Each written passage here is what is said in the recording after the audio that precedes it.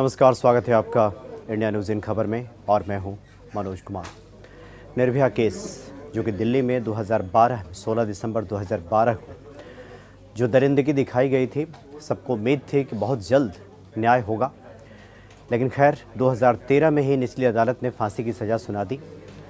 लेकिन 2013 से लेकर 2019 भी अब ख़त्म होने को चला है, यानी कि निचली अदालत का फैसला यानी फांसी की सज़ा निचली अदालत ने सुनाई थी दोषियों को, लेकिन अभी तक फांसी की सज़ा हो नहीं पाई है। अब देखेंगे कि 13 मार्च 2014 को हाई कोर्ट ने भी उस फैसले पे मुहर लगा दी थी। उसके बाद 2017 में सुप्रीम कोर्ट ने भी मुहर लगा दिया। यहाँ तक कि 2018 में रिव्यू पिटीशन जो दोषियों की तरफ से दायर किया गया था, वो भी सुप्रीम कोर्ट ने खारिज कर दिया 2018 में ही।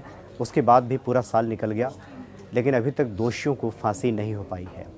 आज सबको उम्मीद थी कि पटियाला हाउस अदालत से डेथ वारंट जारी कर दिया जाएगा, क्योंकि निर्भया की मां ने वहाँ पे एक अपील किया था कि जल्द से जल्द दोषियों की फांसी हो, लेकिन ऐसा हुआ नहीं। उम्मीद इसलिए भी की जा रही थी कि अक्षय ठाकुर के रिव्यू पिटीशन को सुप्रीम कोर्ट ने भी खारिज कर दिया था। राष्ट्रपति ने जो मर्सी पिटीशन है पहले ही वहाँ से भी खारिज हो चुका है। तो कुल मिलाकर के ये लग रहा था कि डेथ वारंट जारी हो जाएगा, लेकिन ऐसा हुआ नहीं। पटियाला हाउस अदालत ने अगली तारीख निर्धारित कर दी 7 जनवरी और तिहाड़ जेल प्रशासन को एक नोटिस जारी किया और ये कहा कि वो दोषियों से पूछे और बताए उनको कि उनके क्या क्या अधिकार हैं और किन किन अधिकारों का वो इस्तेमाल कर सकते हैं, किस प्रकार से फिर रिव्यू पिटीशन डाल सकते हैं, मर्सी पिटीशन फिर से डाल सकते हैं और वो क्या क्या कर सकते हैं। ये पूरा समय दिया जाना चाहिए दोषियों को, ऐसा कहा पटियाला हाउस कोर्ट ने। और वहाँ के जो अतिरिक्त सत्र न्यायाधीश हैं सतीश अरोड़ा, उन्होंने समय दे दिया 7 जनवरी तक का। हालांकि सुप्रीम कोर्ट में उसके पहले अक्षय ठाकुर के वकील ने कहा था कि पहले वो क्यूरेटिव पिटीशन डालेंगे और उसके बाद वो मर्सी पिटीशन फिर राष्ट्रपति के पास भेजेंगे, दया याचिका। तो इसलिए उनको समय दिया जाना चाहिए। 3 सप्ताह का उन्होंने समय मांगा था, लेकिन कोर्ट ने कहा कि 1 सप्ताह का समय आपको दिया जाता है, तो 1 सप्ताह का समय दिया गया। यानी कह सकते हैं कि जज साहब जो डेथ वारंट पे हस्ताक्षर करते करते डेथ वारंट लिखते लिखते रुक क्यों गए। बहुत संभव था कि आज लिखा जा सकता था, कोई ऐसी कानूनी अड़चन भी नहीं थी। तो इसके पीछे के पहलुओं को अगर समझें तो 2-3 बातों पे गौर करना बहुत ही ज़रूरी है। इसका सामाजिक पहलू है और इसके पीछे धार्मिक पहलू भी है। हालांकि भावावेश में या जन आक्रोश को दबाने के लिए फांसी दिए जाने की मांग की जाती है और सरकारों के लिए ये सबसे सुगम रास्ता भी होता है कि जन आक्रोश को दबाने के लिए दोषियों को फांसी दे दी जाए। और हमारे कानून में इस बात का प्रावधान भी है कि जो जघन्यतम अपराध है यानी रेयरेस्ट ऑफ रेयर जो केस होता है, उसमें फांसी की सज़ा निर्धारित की गई है, मुकर्रर किया गया है। लेकिन फिर इतना विलम्ब क्यों? क्या इसके पीछे सिर्फ कानूनी अड़चनें हैं या फिर और भी वजह है, कोई सामाजिक या धार्मिक वजह भी काम करती है? हालांकि इस बात को पचा पाना बहुत मुश्किल होगा कि बहुत बड़ा जो जनमानस है वो तुरंत न्याय में यकीन करता है, जैसे के साथ तैसा वो बर्ताव चाहता है। आँख के बदले आँख का वो न्याय चाहता है, जो बहुत बड़ा वर्ग है, बहुत बड़ा जो जनमानस है। लेकिन आप देखेंगे कि बहुत सारे विकसित देशों में जहाँ पे मृत्यु दंड पर रोक लगा दी गई है, यानी मृत्यु दंड दिया ही नहीं जाता, इसके पीछे 2-3 वजहें बताई जाती हैं।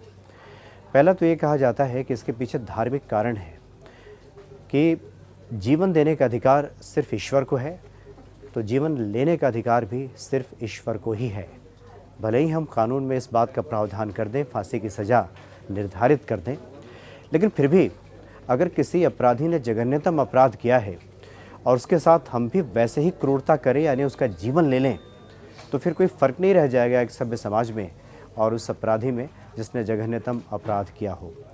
लेकिन फिर भी जैसे कि मैंने पहले शुरू में जिक्र किया कि बहुत बड़े वर्ग के लिए इस बात को पचा पाना बहुत मुश्किल होगा, क्योंकि वो जैसे कि तैसा का बर्ताव चाहता है, वैसा ही वो न्याय चाहता है।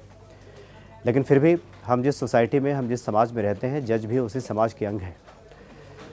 आपने देखा होगा कि जब भी मृत्यु दंड जब किसी को दिया जाता है अदालत में, जब किसी न्यायाधीश की कलम से बात लिखी जाती है तो कलम तोड़ दिया जाता है। ये प्रतीकात्मक है, यानी माना जाता है कि मनहूस ये पेन है, वो कलम है जिसको तोड़ दिया गया और फिर कभी ऐसी नौबत ना आए कि किसी के जीवन को छीन लेने का फैसला किसी जज को सुनाना पड़े, इसलिए प्रतीकात्मक होता है। इसलिए आप देखेंगे कि 2018 से लेकर अब तक यानी साल भर बीत गया, रिव्यू पिटीशन कोर्ट ने 2018 में ही खारिज कर दिया। फिर जेल प्रशासन ने सुस्ती क्यों दिखाई? वो तो पहले भी जो भी अधिकार हैं दोषियों के वो बता सकता था, जो कि आज पटियाला हाउस कोर्ट ने कहा कि आप पहले उनके अधिकारों को बताएं कि वो क्या क्या अपने लिए मांग रख सकते हैं, उनके क्या क्या राइट्स हैं, क्या रिव्यू पिटीशन डाल सकते हैं, क्या मर्सी पिटीशन फिर से डाल सकते हैं, उनको बताएं। ये कोर्ट ने कहा जेल प्रशासन को। तो ये काम तो साल भर पहले हो सकता था, चूँकि 2018 में ही रिव्यू पिटीशन खारिज हो गया था, लेकिन फिर भी ऐसा नहीं हुआ। तो उसके पीछे फिर वही सामाजिक और धार्मिक कारण आड़े आ जाता है कि जो भी अधिकारी, जो भी जज हैं, न्यायाधीश, वो सभी इसी समाज के अंग हैं। भले ही कानून ने निर्धारित कर दिया है कि मृत्युदंड की सज़ा का प्रावधान किया है, लेकिन कोई नहीं चाहता कि उसके हाथों से इस मनहूस काम को अंजाम दिया जाए, चाहे वो जज या फिर कोई भी जेलर, कोई अधिकारी। इसीलिए ज़्यादातर मामलों में ऐसा देखा जाता है कि मामला ठंडे बस्ते में पड़ा रह जाता है, और इस मामले के साथ भी ऐसा ही हुआ। अगर हैदराबाद वाला मसला सामने नहीं आता तो शायद ये मामला और ठंडे बस्ते में ही रहता, लेकिन हैदराबाद में जो दरिंदगी सामने आई, उसके बाद ये मांग उठने लगी थी कि निर्भया के दोषियों को अविलंब फांसी की सज़ा दी जाए। 2012 में ये कृत्य हुआ, 7 साल बीत गया, लेकिन अभी तक उनको फांसी की सज़ा क्यों नहीं दी गई है? लेकिन फिर वही बातें निकल कर सामने आती हैं कि इस विलंब के पीछे कानूनी अड़चन कम और सामाजिक और धार्मिक कारण कहीं ज़्यादा होता है। धार्मिक कारण, जैसा कि मैंने जिक्र किया कि कोई अपने हाथों से किसी का मृत्यु दंड क्यों लिखे? भले ही उसका ये दायित्व है, वो जज है, जज की कुर्सी पे है, तो उसका दायित्व है, कानून से बंधा है, वो लिखेगा। लेकिन ज़्यादा कोशिश ये होती है कि जितना लंबा उसको टाल दिया जाए, ठंडे बस्ते में डाल दिया जाए, छोड़ दिया जाए, चाहे वो जेल प्रशासन हो या फिर न्यायाधीश हो, कोर्ट हो, ये हर जगह यही देखने को मिलता है। और निर्भया के मामले में भी ऐसा ही कुछ देखने को मिला है। यानी आगामी 7 जनवरी तक का समय दे दिया है कोर्ट ने कि दोषी ये न कहें कि उनको एक मौका नहीं दिया गया। अब भी अगर वो कोई रास्ता अगर निकलता हो कि इस फांसी की सज़ा को मृत्युदंड को अगर आजीवन कारावास में तब्दील कर दिया जाए, कोई रास्ता निकलता हो तो निकल जाए, यानी हर किसी की कोशिश होती है। लेकिन फिर बात वहीं पे आती है, बहुत बड़े जनमानस की बात करें, जनाक्रोश की बात करें, तो बहुत बड़ा वर्ग ये चाहता है कि तुरंत न्याय हो, त्वरित न्याय, और फांसी की सज़ा दे दी जाए। और कोर्ट में भी यही तर्क दिया था दोषियों के वकीलों ने कि सरकार या अदालतें मीडिया के दबाव में या जनाक्रोश की वजह से अपना काम उसका प्रभावित होता है, और जनाक्रोश को दबाने के लिए या कई बार राजनीतिक लाभ लेने के लिए इस तरह के फैसले अदालतें भी लेती हैं, या फिर सरकार भी इस तरह की कार्रवाई को आगे बढ़ाने का जोर देती है।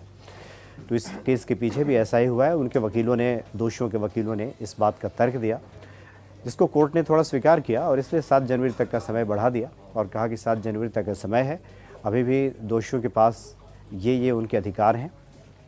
रिव्यू पिटीशन चाहें तो फिर से डाल सकते हैं, दया याचिका चाहें तो फिर से डाल सकते हैं, और उसके बाद जो भी फैसला होगा उसके बाद 7 जनवरी को दिल्ली की पटियाला हाउस अदालत इस मामले में अपना फैसला देगी। यानी डेथ वारंट पे सिग्नेचर क्या उस दिन होगा, अब ये देखना होगा। 7 जनवरी तब तक का समय दे दिया गया है निर्भया के दोषियों को। फिलहाल इतना ही, नमस्कार। इन खबर चैनल को सब्सक्राइब करें और बेल आइकन दबाना ना भूलें।